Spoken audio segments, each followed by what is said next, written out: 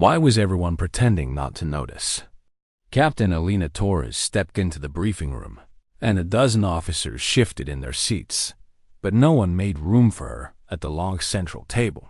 The only empty chair sat near the projector card, half broken and wedged behind a filing cabinet like it had been exiled. She didn't flinch. She didn't ask. She pulled it out herself, the metal legs screeching just enough to make them twitch. Then she sat spine straight, boots planted, eyes forward. No one greeted her, not even the colonel. This was Fort Braddock. The base ran like a machine built 50 years too early and never upgraded except in punishment. Everything was steel, dust, and chain of command. It didn't matter how much combat experience you had or how many lives you'd saved, only who signed your orders. And the man who signed most of them was Colonel Everett Briggs. He stood now at the head of the table, reviewing field exercise logistics. Like nothing had changed, like she wasn't even in the room. Elena had been posted to Braddock only 6 weeks ago, but she already knew how it worked. Briggs ran the place like a private empire. Promotions passed through his mouth, reassignments came by whisper. You stayed in line or disappeared. Most chose to stay quiet. Some called it survival. Others called it surrender. Elena called it something else. Cowardice. She hadn't joined the army to become invisible, and she wasn't going to pretend she didn't. See the cracks in the foundation. The quiet, calculating ways Briggs dismissed junior officers. The way female soldiers rotated out of the base faster than anyone could ask why. The way he laughed too long at the wrong jokes. Her first conversation with him had been brief. Another soft promotion, he muttered under his breath at orientation. Just loud enough. Just enough poison to test if she'd flinch. She hadn't. That was the first rattle in his kingdom. Now, across the table, he was reissuing one of her strategic recommendations as if it were his idea, word for word. She watched a few of the others glance her way, then glance away. No one wanted to get caught acknowledging it. Power did that. It made good men blink. After the briefing, she waited until the others cleared out. Colonel Briggs lingered, fingers trailing along the edge of the table like a man measuring his reach. You think field performance gives you insight? He said, without turning. I think results speak louder than permission. She replied. He turned then, slow, almost amused. Careful, Captain. Bold talk from someone still learning how we do things here. She met his stare. With respect, sir. I don't need to learn intimidation. I recognize it just fine. That smile of his didn't break, but his eyes sharpened. You will find Braddock's traditions run deep. We expect a certain kind of discipline. Then maybe it's time someone rewrote the manual, she said, and she left before he could answer. That night, she didn't sleep much, not because of fear. She defaced fire bases where the ground shook under mortar fire.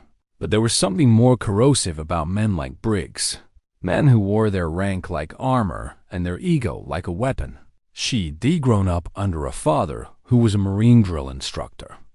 He taught her how to stare down storms, but even he hadn't. He prepared her for this kind of wrought quiet, insidious, protected by decades of silence. 3 days later, the sabotage began. Her requisition forms for basic supplies, ammo, rations, field packs vanished in transit. Twice, simulations her unit was scheduled to lead were postponed due to scheduling conflicts, then denied altogether.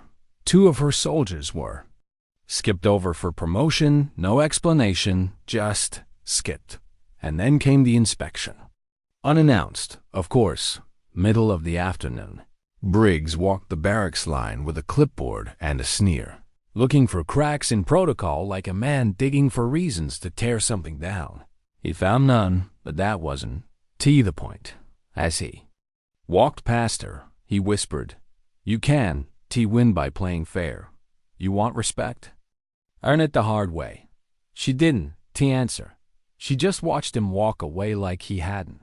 Just declared war. That night, someone slipped a note under her door.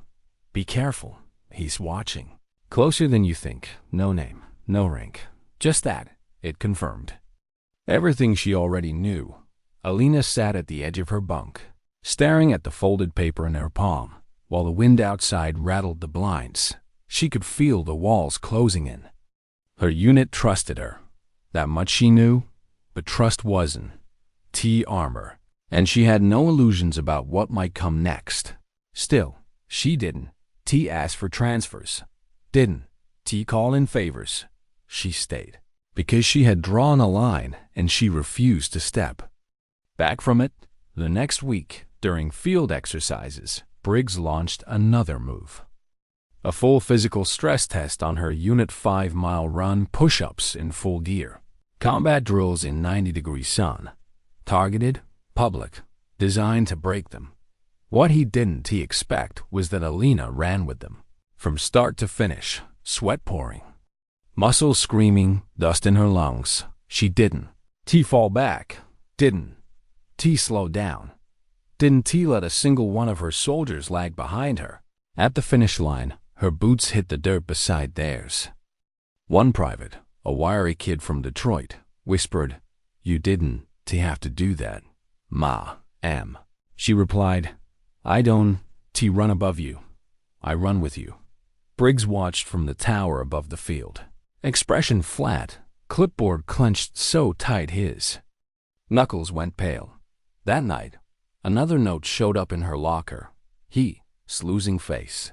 That's when men like him get dangerous. She read it once, then burned it, because there was nothing left to warn her about. She already knew what was coming. The confrontation wouldn't happen in a meeting. It wouldn't come through paperwork or passive-aggressive remarks. It would happen where he felt most powerful in front of everyone. And when it did, she'd be ready. The next morning, she polished her boots like she was going to war, because maybe she was.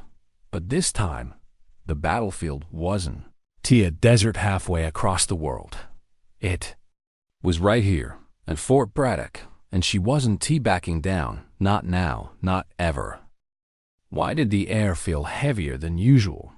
It was barely past 0700, but the sun had already crept over the towers, casting long, sharp shadows across the Fort Braddock drill yard. Dust swirled low. The silence was eerie, not the peaceful kind, but the kind before something breaks. Captain Alina Torres could feel it in her chest. A coiled tension, a storm waiting to unfold. She stood beside her unit as the drill began. A live maneuver designed to test reaction times under battlefield conditions. Standard stuff, but Alina saw the setup instantly. Briggs had repositioned observers, rotated instructors, and adjusted formations. This wasn't a test, it was a trap. He was waiting for her to make a move, and she would, because something in the flanking line was wrong. A structural vulnerability in the southeast quadrant. Too thin, too exposed. Her instincts screamed. She spent a decade reading battlefield layouts, and she didn't need permission to prevent a tactical failure. Not even from him. Alpha Unit, shift fire teams 4 and 620 meters east. She ordered calmly over the comms. Cover that soft entry before we get flanked. The move was clean, surgical. Her team obeyed instantly. But just as the formation snapped into place, a voice roared from across the yard. "Captain Torres, who gave you authority to override my formation?" It was Colonel Briggs. Every eye turned. The drill froze mid-move. Alina didn't hesitate. Her voice steady, clipped. "Observed a vulnerability, sir. I acted under standard live exercise protocol to correct. You done to correct my drills." He was already walking toward her, each step punctuated by the dead weight of silence behind him. The field, once loud with movement, was now breathless. 282 soldiers watched, paralyzed between command and curiosity. Alina, sauce. Muscles tensed, her mind slowed the moment down. She had played this scenario 100 times in her head, but in those imaginings, It never felt like this. The weight of expectation, the glare of injustice, the cold recognition that what was coming would be irreversible. He stopped inches from her face, eyes burning. "You think you can show me up? In front of my men?" He hissed. Her reply came without venom, just truth. "We're not your men. They were soldiers. They deserve leadership, not intimidation." That did it. His expression twisted into something primal, something stripped of pretense, and his hand rose. Not quickly, not with hesitation, but deliberately. Enough for everyone on the field to see, enough to know it wasn't T instinct. It was intention. Alina didn't wait for the strike to land. Her training ignited years of close-quarters defense. Krav Maga, reflex conditioning, all compressed into a single, precise second. She stepped into his reach. Left hand up, wrist caught, pivot, torque, snap. The sound cracked through the air like a gunshot.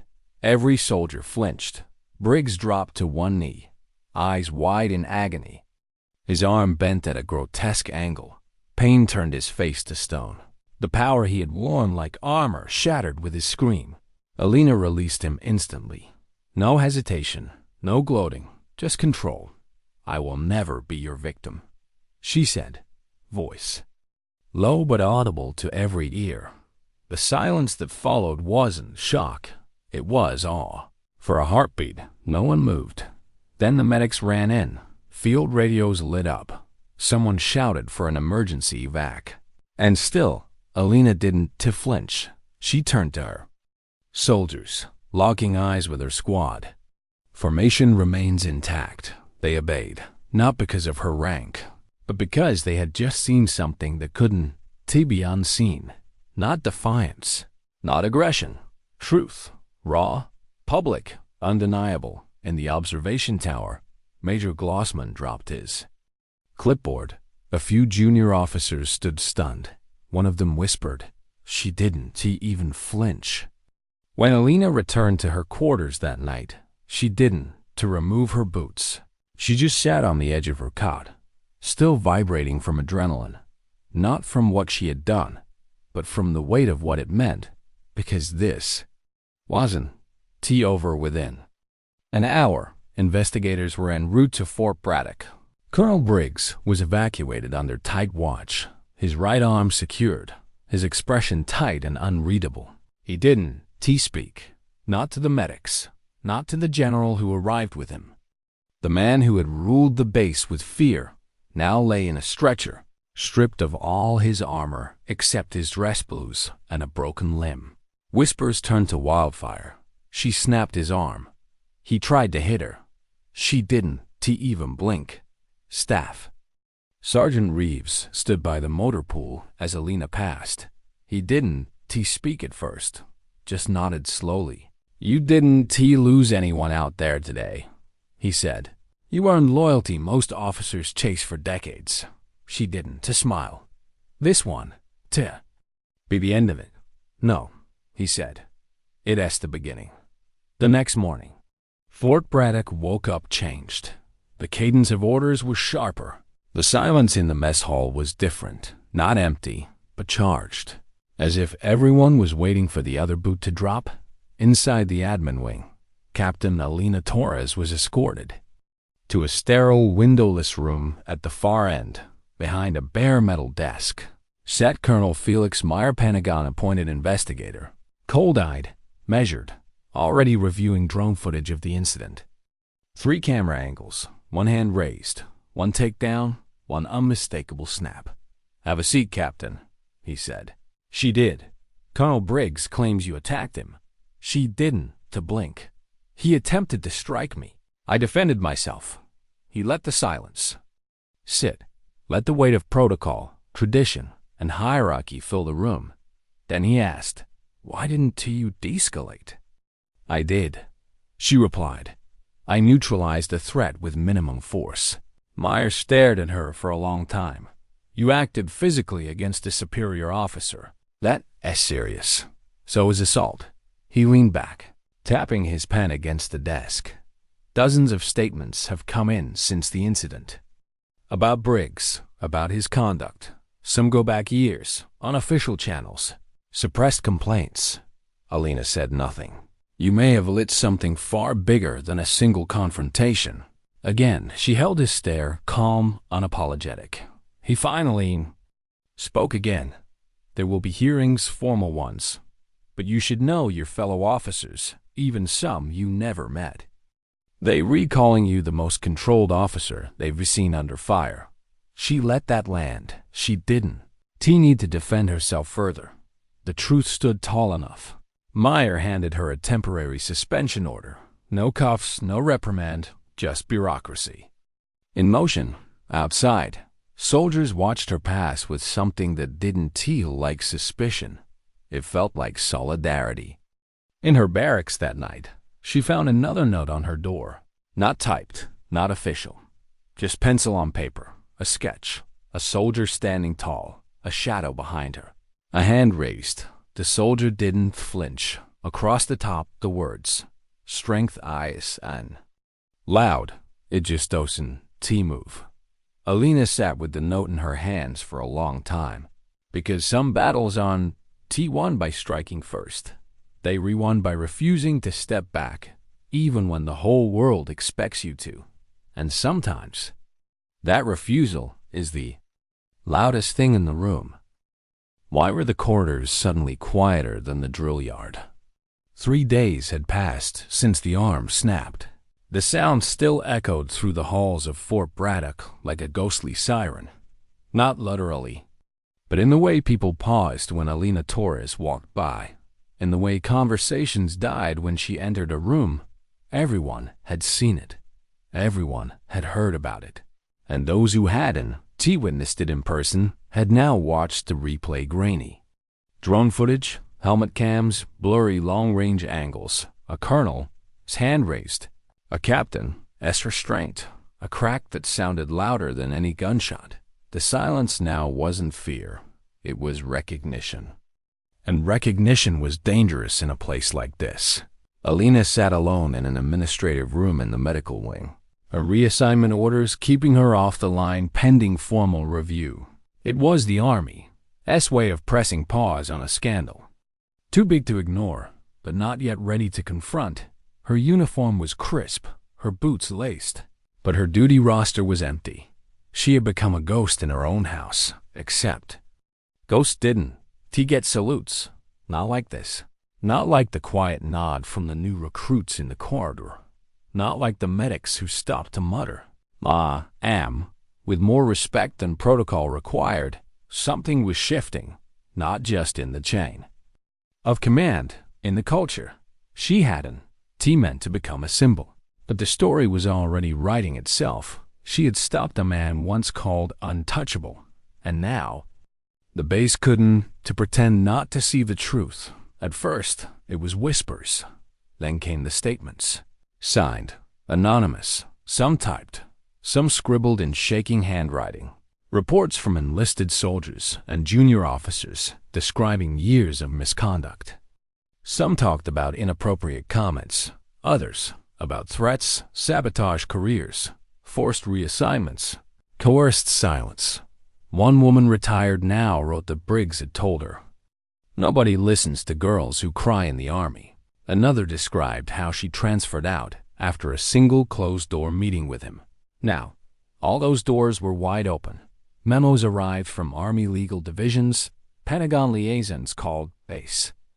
Command, General Marlene Huxley, 40-year veteran, a woman who declawed her way through 2 wars and 1,000 bureaucratic knife fights, summoned Alina to a closed-door session.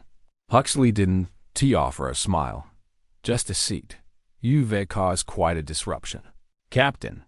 Alina said nothing. She couldn't tell. Yet if it was an accusation or a compliment. Huxley tapped a folder. The footage is clear. The testimonies are damning for Colonel Briggs. But you broke protocol. Technically, physically responding to a superior is grounds for court-martial. Alina nodded once. Technically, Huxley continued. Self-defense in the military isn't to like civilian law. The standard is higher. You are expected to de-escalate. I did, Alina replied. If I hadn't stopped him, he would have hit me in front of 282 soldiers. And now, the general said, you have become the center of a conversation we can to contain. She stood, walked to the window, looked out at the field where it all happened. Captain, you should be prepared for more attention, possibly more responsibility. Alina's eyes didn't to waver. I didn't ask for any of this. No, Huxley said softly, but sometimes leadership isn't about what you ask for. That's about what you refuse to accept. Back in her room, Alina stared at her bunk for a long time. Her hands itched with stillness. The waiting was the worst part. She was trained for chaos, for action, pressure, danger. But this limbo? It was like walking on thin ice, waiting for it to break under political weight. She could feel it in the walls, the tension, the power shifting underground. Staff Sergeant Reeves showed up around midnight with coffee and tired eyes. You not sleeping either? He asked. No, she said. I don't think this base sleeps anymore. He handed her the cup. There's talk. Real talk from D.C., even Capitol Hill. They want an inquiry. Into Briggs? Into the whole damn system. Alina sat down, elbows on her knees. He wasn't the only one. He was just the loudest. Reeves nodded. Yeah, and you were the first to say no loud enough for everyone to hear. By the end of the week, everything cracked wide open. Colonel Briggs' attorney issued a press statement, called Alina insubordinate, blamed woke culture, and claimed she de-staged the entire confrontation to further her career. The backlash online was instant. One headline on a military forum read, "She didn't stage anything. She survived it." Another read, "The snap heard round the base." Photos surfaced, grainy sketches of Alina from the barracks. Drawings. Soldiers had passed around. One showed her standing still while a shadow loomed behind her. Another was simpler, just a pair of boots, unmoved in a sea of chaos. Reeves caught her reading them on a printed page. You re-becoming a damn folk hero. He said, I didn't want that, she replied. Doesn't matter. He said, symbols aren't made by the person, they remade by the people who need one. The next morning, the Army sent in Brigadier General Curtis Ladden Internal Security, known for handling scandals before they made headlines. He didn't shake hands, he didn't smile. He just walked into the command center, summoned General Huxley, and laid down his verdict. Reassign her, quietly, contain this. No press, no scandal. But Huxley didn't move fast enough, because by then, the story had already left the base. Anonymous officers leaked details. Former female soldiers came forward in interviews. A retired general on live TV said, "We ask soldiers to protect the nation. We should start by protecting each other." Alina watched it from her temporary quarters. She didn't feel pride, just pressure, because now her name didn't belong to her anymore. It belonged to 1,000 people who had finally found their voice. And she wasn't sure she'd ever get it back. That evening, she was summoned again. This time, both General Huxley and General Ladden waited. Ladden didn't sit. "Captain," he said, "we retransferring you, Westfield Command Center. Officially, it's a rotation. Unofficially, it gets you out of the line of fire." Alina raised an eyebrow. "Promotion? If that's what we need to call it. Containment," she said. Ladden didn't deny it. "It is not punishment." "No," she said. "It's insulation." He stepped forward. "Captain, you not the only one we have to think about." She locked eyes with him. "Then maybe you should. Veth thought about that before letting Briggs run this place like a kingdom." Huxley stepped in. "The decision is made. Paperwork is already filed." Alina didn't fight it. She didn't have to, because she knew what they hadn't figured out yet. You can relocate a soldier. You can relocate a reckoning. She packed in silence. That night, one duffel, boots first. Her old tactical notebook slid between folded fatigues. At the last moment, someone knocked gently on her door. Private Morrill, barely 20, nervous, eyes wide. I am," she said, standing straight. "I just wanted to thank you." Alina tilted her head. "For what?" "For what you showed us," Morrill's eyes glistened. "Not that you fought back," she added quickly. "But that you didn't, to Flinch." Alina's voice was barely above a whisper. "Hold the line, Private." Morrill nodded. "We will, when the door shut again." Alina sat on the edge of her bunk. The room was still, but something inside her wasn't T, because this wasn't T exile. It was ignition. They hadn't T buried her. They de-scattered the spark. And now, something much bigger had begun. Why did Westfield feel like a battlefield in a suit? Captain Alina Torres stepped off the transport at Westfield Command Center just after 0600. The Virginia fog clung to the ground like breath on glass, giving the concrete base an eerie quiet. From above, the facility looked like a data fortress, square buildings, satellite arrays, and rows of solar glass, but inside it pulsed with voices, emails, alerts. A war fought not with rifles, but with policy. Decisions, oversight. This wasn't T exile. It was another front line. She was met by a lieutenant with a neutral face and a clipboard. "Captain Torres, welcome. You've been assigned to Strategic Operations Liaison Division. Major Daniels will brief you at 0900. Your quarters are in Wing D, second level. I'll have a key card shortly. No mention of Fort Braddock, no mention of Briggs, but the unspoken weight in the air made it clear they all knew." As she walked the corridors, people glanced at her badge, at her face, at the name sewn into her uniform. Some said nothing, a few nodded. One soldier muttered softly under his breath as she passed, "Glad you re-here." She didn't. T slow, didn't. T answer. She was still trying to figure out if this was a new opportunity or just a quieter kind of containment. But within 48 hours, it became clear. This wasn't Tia Cage. It was a match, and someone had just handed her fire. Major Layla Daniels wasn't to what Alina expected. She was younger than most in command, with the posture of a boxer and eyes like sonar always scanning. Her office was spare, but not cold. Reports were stacked like fortifications. A corkboard behind her desk held pins, strings, and base names like a battlefield map. "Skip the pleasantries," Daniel said. "You not here to be quiet. You here because someone upstairs finally figured out that silence costs more than truth." She slid a file across the table. "Unofficial task force, internal climate review. We restarting with 6 bases that have shown patterns, sudden transfers, spiked complaint suppression, and usually high reassignment rates for female officers." Alina opened the folder. The first base listed? Fort Braddock. 2 others she recognized from earlier in her career. Places where she had learned to keep her mouth shut. "Not this time. I'll do it," she said. Daniels nodded. "Good. Not just a symbol, Torres. You read the blueprint." Meanwhile, the storm around Colonel Briggs was only growing. More former service members stepped forward.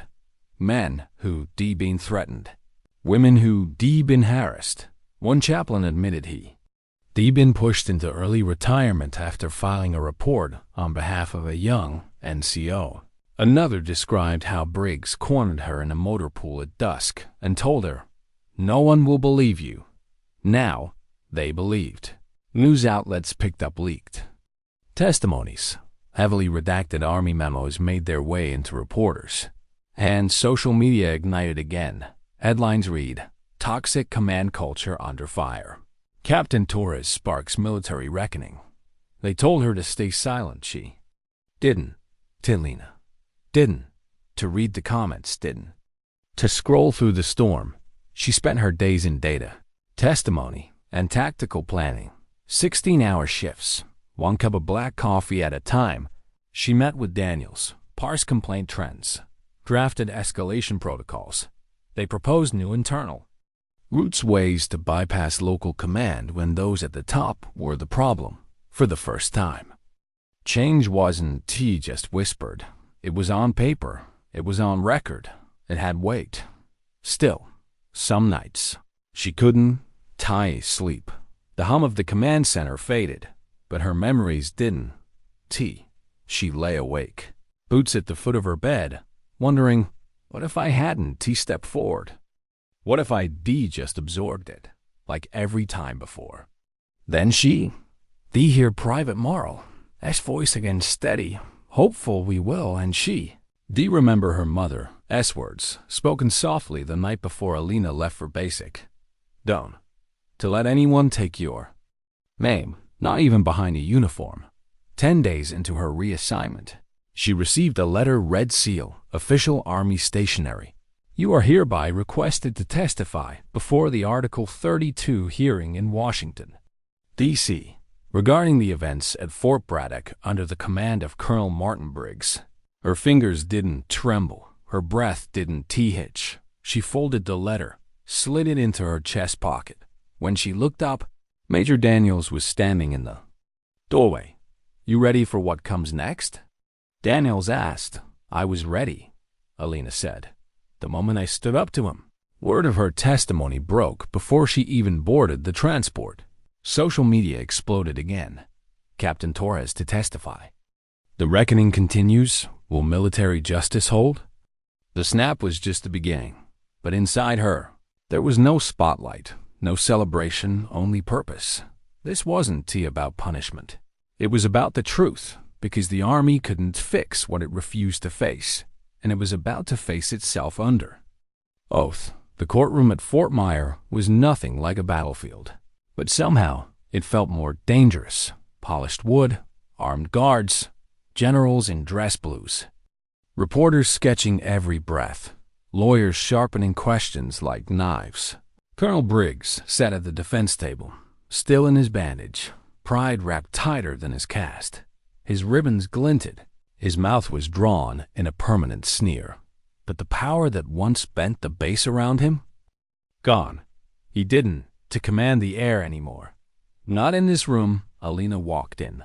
Posture perfect, uniform crisp. The hush was instant. She wasn't a captain today. She was a reckoning in boots. The prosecutor called her to the stand. Do you swear to tell the truth, the whole truth, and nothing but the truth? She didn't hesitate. So help me God, she said. And then she spoke. She told them everything. Not just about the slap that never landed, but about the years leading up to it, the abuse, the whispers, the manipulation, the systems designed not to protect, but to protect power. She didn't raise her voice. She didn't accuse. She told the truth, one word at a time. Colonel Briggs didn't just abuse his power. She said, he modeled it, enforced it, taught it, and anyone who challenged it became a target. She paused. I snapped his arm because I feared what might come next, not just for me, but for the 282 soldiers watching. I did what I was trained to do. I neutralized the threat. Her voice didn't crack, but the room did. Something shifted. Even the judge leaned forward. Even the guards stood taller. The defense tried to push back, called her unstable, claimed it was insubordination masked as valor, but no one leaned in when he spoke. They leaned away, because the story wasn't his to tell anymore. Over the next week, 4 more officers testified, each story added to the fire. Each one built the same pattern. A man in power, a system in silence. Until someone said no, until someone didn't move when the panel deliberated. They returned in under 4 hours. The verdict was unanimous. Colonel Martin Briggs guilty. Conduct unbecoming of an officer. Abuse of authority. Violation of the uniform. Code of military justice. Stripped of command, demoted, dishonorably discharged, and referred to federal court. Alina didn't cry, didn't cheer. She just breathed for the first time in months. And when she returned to Fort Braddock the next week, not in disgrace, but as a guest, she was met by General Huxley at the gate. "You were right," Huxley said simply. "About what?" "About what happens when one soldier stands up, others follow." She was escorted to the field where nearly 300 soldiers stood in formation. Not for punishment, not for inspection, for recognition. General Huxley read the citation aloud. 4. Extraordinary moral courage, physical discipline, and unwavering service to the principles of justice, equality, and honor. She pinned a silver oak leaf cluster to Alina's chest. Major Torres. Applause broke out like thunder. Morrill wiped a tear. From the third row, Reeves saluted her, grin wide. She saluted back, not as a symbol, not as a survivor, but as a leader. That night, in her new quarters, Alina opened her old notebook, the one with all the names, all the silences. She turned to a fresh page, wrote 2 words, "Never again," because the fight wasn't over. It was just beginning, and she was ready. Why were so many strangers suddenly calling her name? Major Alina Torres sat in a quiet Westfield operations room, watching another round of encrypted messages flood the task force server. Her name was in half of them, not as a sender, not even as a subject, just a whisper in digital ink. Captain Torres started something. She didn't. To Flinch. Asked Torres what they did at Braddock. She leaned back, fingers off the keyboard. She hadn't spoken to a reporter. She hadn't issued a single public statement. But somehow, her silence had become the loudest voice in the building. And it wasn't just Westfield anymore. Bases across the country, Fort Hood, Fort Drum, Pendleton, were reporting new internal reviews. Soldiers were stepping forward. Some used the new protocols she and Major Daniels had designed. Anonymous escalation routes, direct to task force pipelines, bypassing local command entirely. Others sent letters. One handwritten envelope from Camp Liberty had 3 words inside. "You showed us." Alina held that letter for a long time. It didn't matter who sent it. It mattered that someone had. At the end of the second week, her task force briefed the Army Inspector General directly. Daniels led the presentation. Alina stood at her side. Their data showed over 90 complaint suppressions. In 18 months, across 6 installations, patterns emerged like bruises in sunlight power used not to protect soldiers, but to protect those in charge. And now that data was speaking for itself. Daniels closed the file. We're not just documenting rot," she said. "We prescribing a cure." The IG nodded, and for the first time in her career, Alina saw something she hadn't expected in that room. Not fear, not deflection, but readiness. A general spoke up quietly. "My daughter, as a 2nd lieutenant," he said. "She used to think no one would believe her. I think maybe she will now." That moment wasn't a victory, it was momentum, and it was real outside. Under a thin line of sky beyond the office tower, Alina walked alone near the comms tower. It was cold. Fog curled along the path like breath held too long. She hadn't been to a drill yard in weeks, hadn't touched her rifle, hadn't led a formation, and yet she had never felt more engaged in the mission. It unsettled her sometimes, because action had always been physical, tangible. Boots in dirt, orders shouted over rotor blades. Now, the war was paper, policy, whispered resistance, but she was still in it. Still needed, and still burning. Colonel Briggs, meanwhile, was unraveling. 1 week after his conviction, media outlets obtained sealed records through legal pressure. Over 30 internal complaints, some erased, some redirected, some met with silent reassignments and early retirements. 3 of the complainants had left the military entirely. 2 had developed PTSD from prolonged harassment.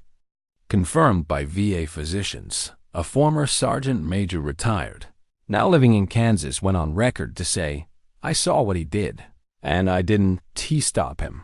I thought protecting the chain was more important. but the chain was already broken. Public reaction was swift. A retired 4-star general issued a blistering op-ed. "We teach honor, but we allow cruelty. That contradiction will undo us faster than any enemy bullet."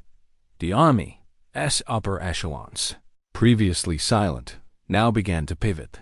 Not because they wanted to, but because they had to. Alina knew that difference. She learned to see it in eyes, in posture, in how fast people walked past her without speaking.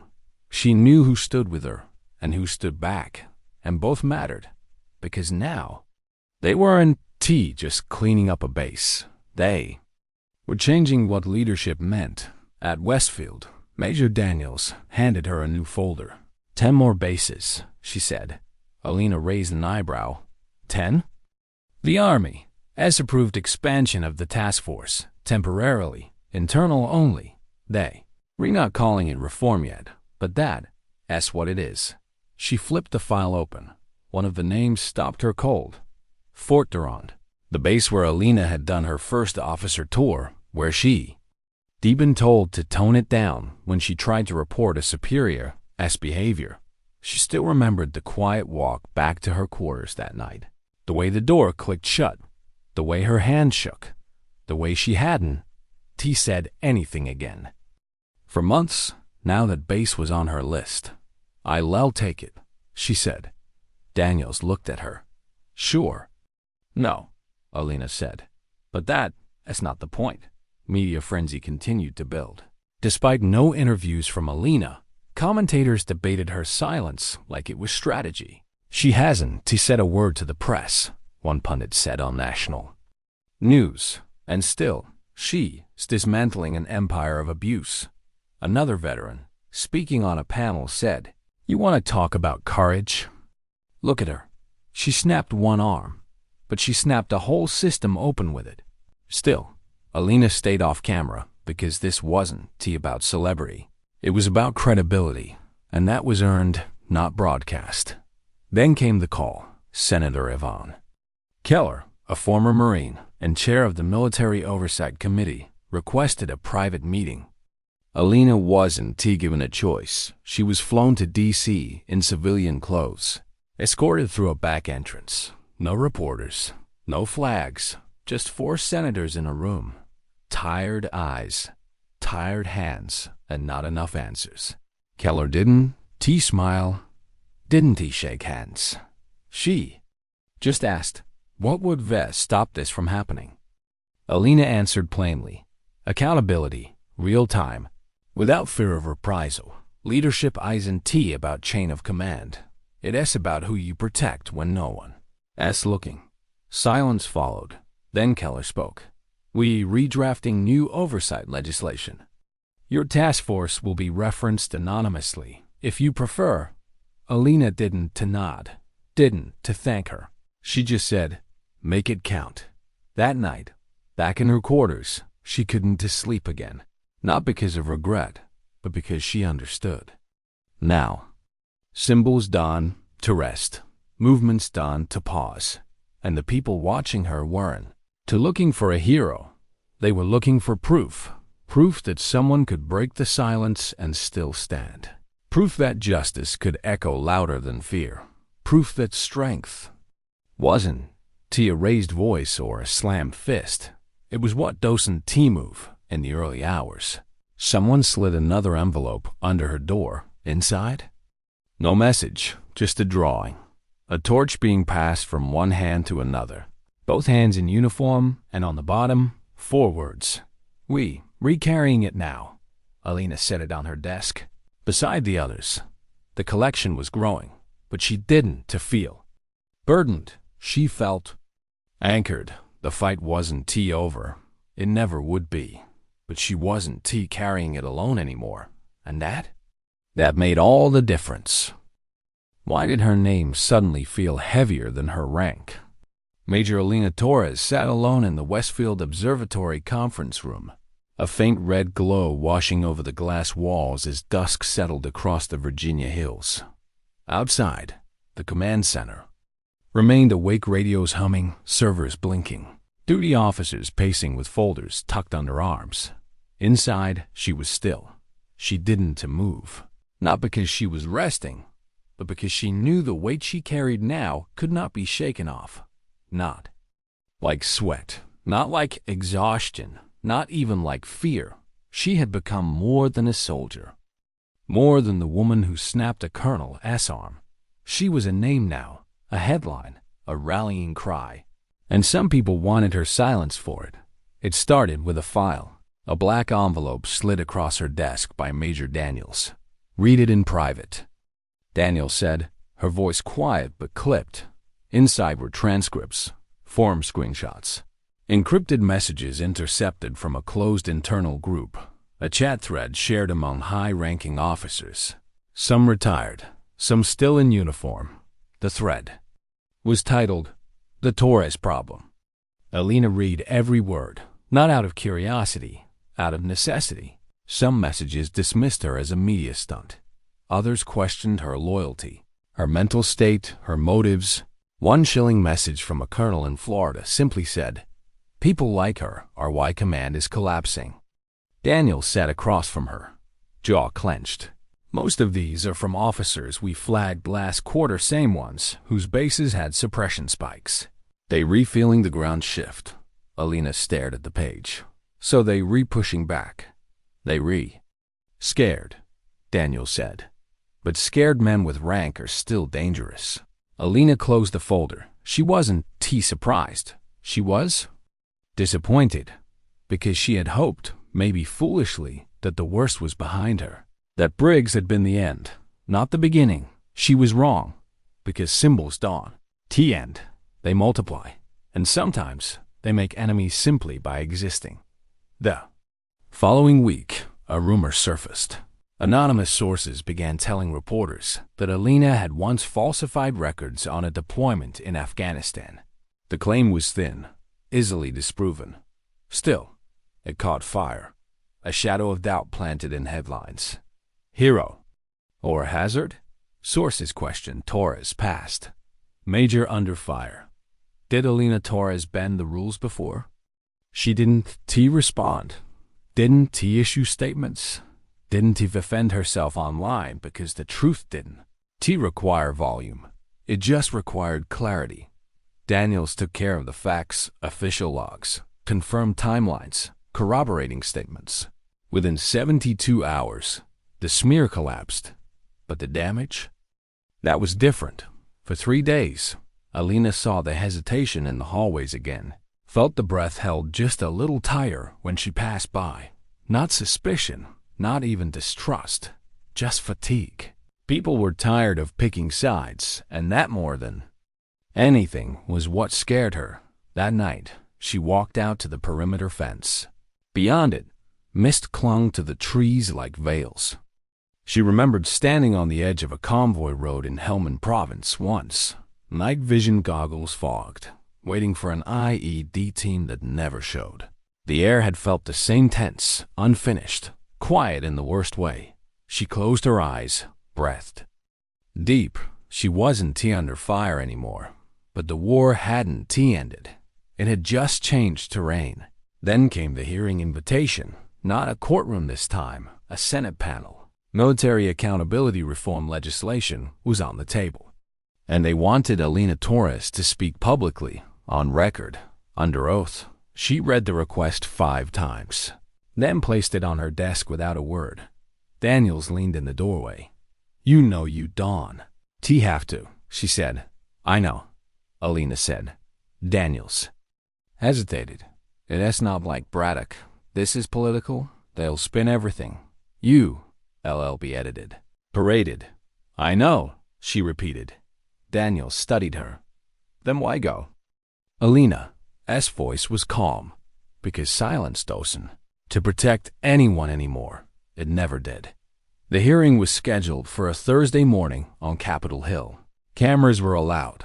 The room was packed, uniforms, reporters, lawmakers, veterans, and more. Then a few familiar faces. General Huxley sat in the 3rd row, flanked by senior command. Private Morrill, now promoted, watched from the public seating section, eyes wide, posture tight. Even Staff Sergeant Reeves had flown in, dress blues pressed. He didn't speak. He just gave her one short nod before she walked to the microphone. And the room went still. Alina didn't read a statement, didn't hold notes. She just spoke, measured, direct. This isn't about one broken arm, she began. This is about a chain of silence that has outlived its purpose. She outlined what her task force had uncovered: suppressed complaints, manipulated transfers, retaliation tactics masked as discipline. She described how Fort Braddock operated like a fiefdom, how she had been warned, how she had been threatened, how she had refused to flinch. I didn't act out of heroism, she said. I acted because the line had been crossed, and nobody else would draw it again. One senator tried to push back, suggested her actions had inspired disorder. She didn't react emotionally. She simply said, "Justice isn't disorder, it's correction. And correction always feels disruptive to those who benefited from imbalance." The room shifted. Applause was not allowed, but it didn't matter. Everyone felt the temperature change afterward. As she stepped into the hallway, a young Marine approached her quietly.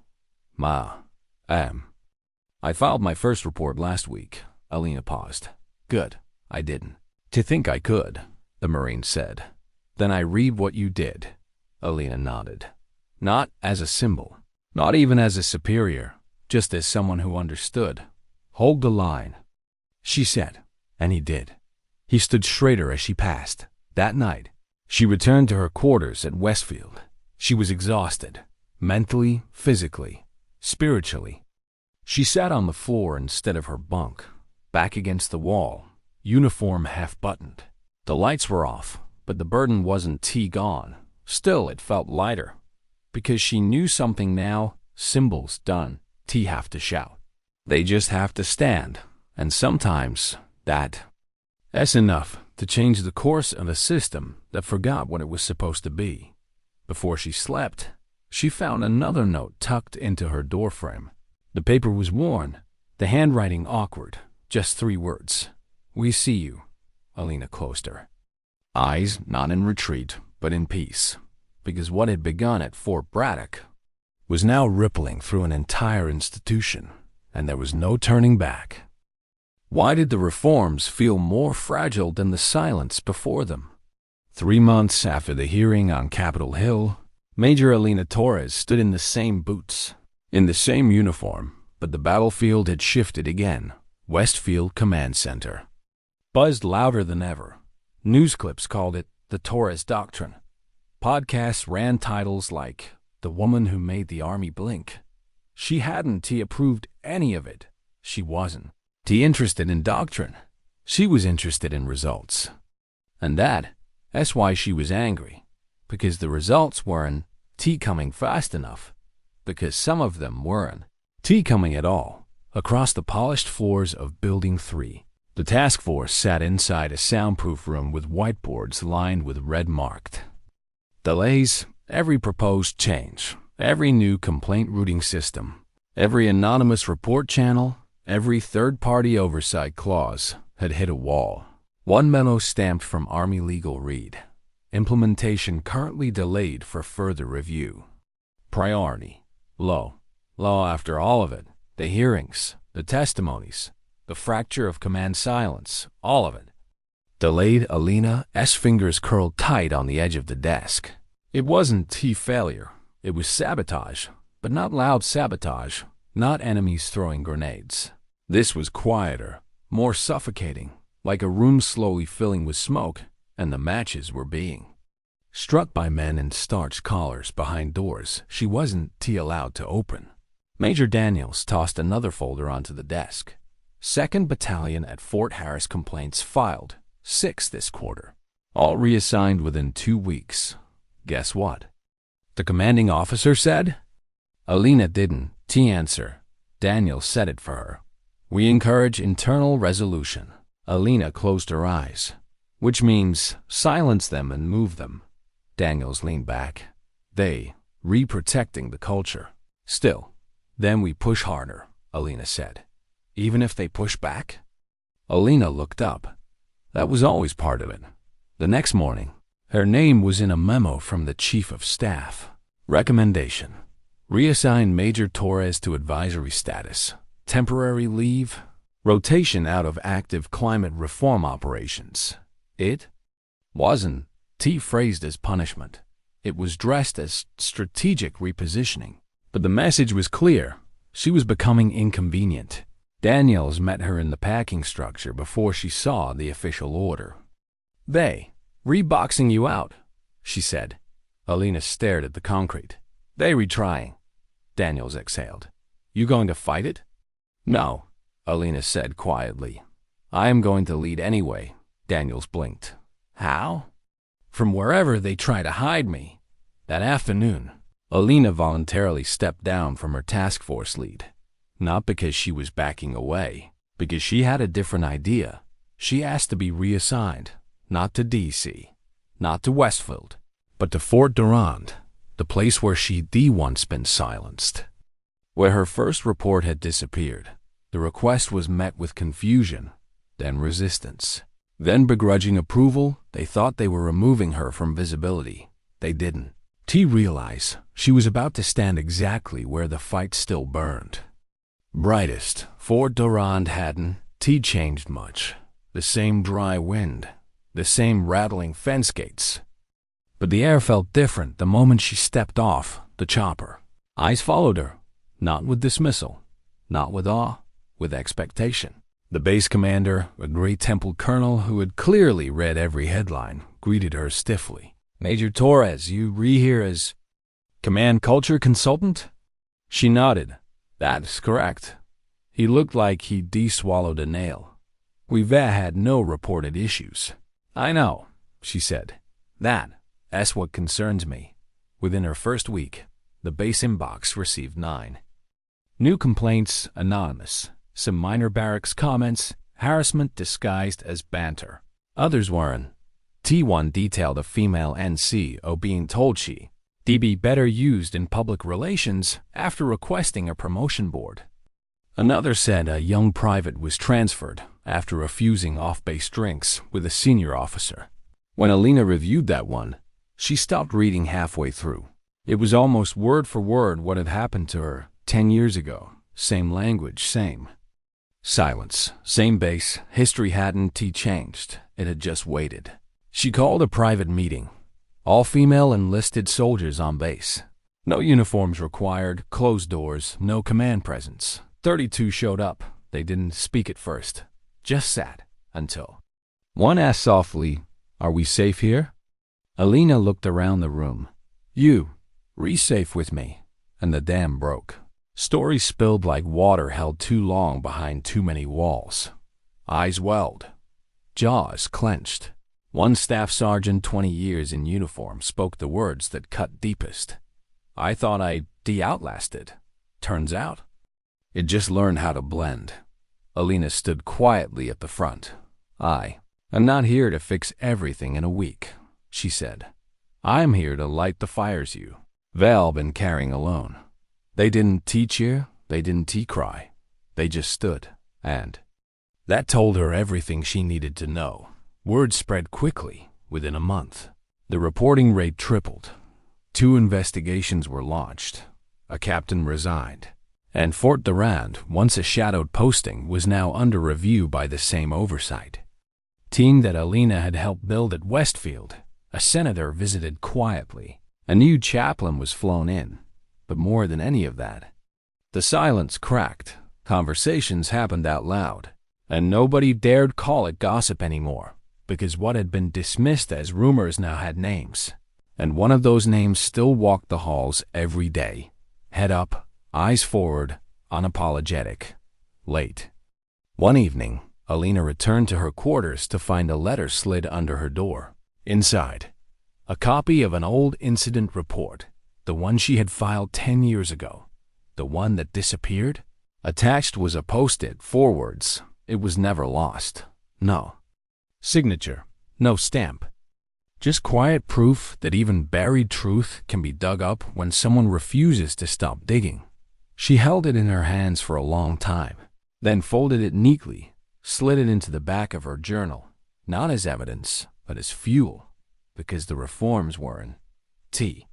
Failing, they were fighting back, and she was right where she needed to be, at the edge of the fire, holding the line, lighting the next one. Why did her silence speak louder now than anything she ever said? They called it a routine inspection, but it was anything but.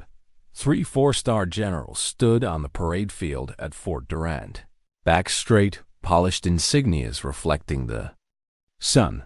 Behind them stood a group of senators, journalists, and quiet observers from every corner of the Defense Department. A review of her forms was underway, a test of a base that had once been forgotten. And in the center of it all, she stood Major Alina Torres. No podium, no speech, just presence. 3 years had passed since the moment her hand had stopped a Colonel S. strike. 3 years since the crack of his arm reverberated through a forgotten base and rippled across the country like a suppressed scream finally exhaled. But today wasn't about that moment. It was about what came after across the Army. Reform had once been a word buried in paperwork. Now it was policy. 34 bases had implemented anonymous complaint routing. Oversight committees were now independent, not command-appointed. Promotions had been unblocked. Transfers were investigated, not rubber-stamped. More importantly, people spoke, not always loudly, but they spoke. And they were heard, the Torres Doctrine. As reporters still insisted on calling it, wasn't just a series of protocols. It was a cultural reckoning, an unlearning, and in its wake, the Army was beginning to look itself in the mirror. Some days, it didn't like what it saw, but it kept looking. That was the difference. A young lieutenant approached Alina after the field. "Review. You read the reason I didn't quit," she said softly. Alina nodded. "No, I am the reason you knew you could stay." The lieutenant's eye shined. "It was still your story that got me through." "No," Alina said again, gentler this time. "It was your own. You just saw a reflection." The lieutenant smiled. It wasn't adoration. It was recognition. One soldier to another, not of rank, but of weight. Later, during the after-action session, one of the senators leaned over to a general. "We never expected her to last this long." The general shook his head. "We underestimated her." "No," came the quiet reply from General Huxley, seated behind them. "You underestimated all of them. She was just the one who didn't flinch." That night, the sun dipped below the tree line in Fort Durand. The motor pool was quiet. The radio towers blinked soft warnings into a darkening sky. Alina stood alone on the old drill field. This was where it had started for her, not Braddock. Here, the place where she had been told quietly, insidiously, that it was better to keep her head down. That promotions would come if she waited her turn. That some things just weren't worth the fight. She remembered her hands shaking the night she first tried to file a complaint. She remembered the voice on the other end telling her not to burn bridges. She remembered believing it. Until she didn't. Now she looked at the same field and saw new footprints, new formations, new soldiers who didn't carry shame in silence. They carried truth, not for war, but for one another. And truth, when protected, becomes something stronger than armor. It becomes tradition, the kind worth building, the building, kind worth defending, the kind that doesn't vanish with a retirement order. 2 days later, her transfer request was approved, not to a bigger base, not to D.C. She requested to return to Fort Braddock, not as an officer under review, not as a symbol of controversy.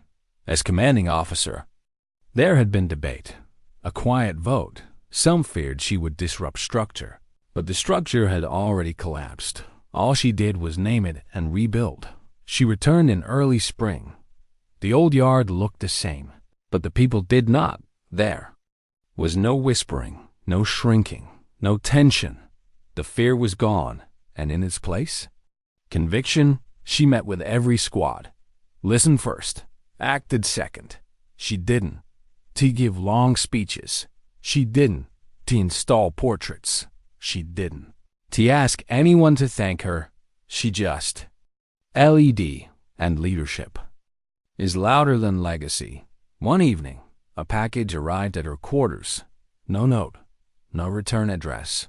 Inside, a thick, bound stack of testimonials, pages and pages, all from women and men across every branch.